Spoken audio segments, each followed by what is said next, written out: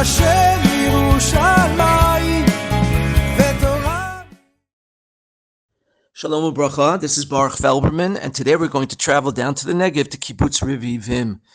In 1947, in June and July, the United Nations Special Committee on Palestine came to visit the country and to decide what to do with the British mandate, eventually deciding to partition it into two states, one for Jews and one for Arabs. This would be voted on and ratified on Chavtet bin November.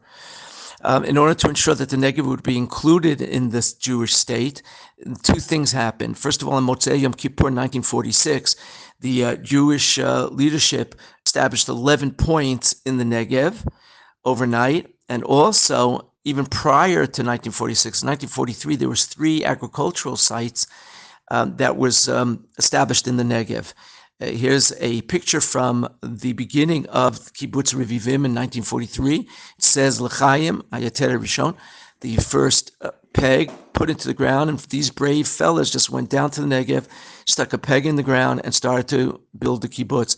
They lived at first in these old Byzantine caves, and you could see the construction of some of the houses. And that's what it looked like then. And until today, there's a nice museum down there, so you could see the old buildings and the new buildings and the buildings that are part of the museum as of today. There's until today a small little plot of gladiolas growing to commemorate the story that when UNSCOP came down and saw gladiolas growing, they didn't believe that that could be in the Negev. They actually started tugging on the flowers to see if they just had been pushed into the ground to impress them, or that they really were growing in the Negev desert.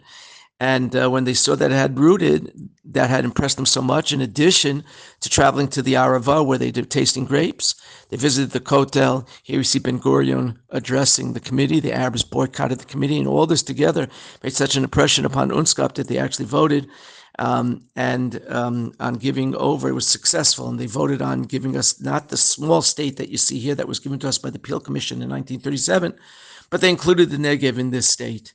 And thus, we could see that by the time we finished, the armistice lines were signed in 1949, we had the state that we were familiar with from 1949 up until 1967, which will bring us up to Yom Yerushalayim and the Six-Day War, which we will commemorate next week.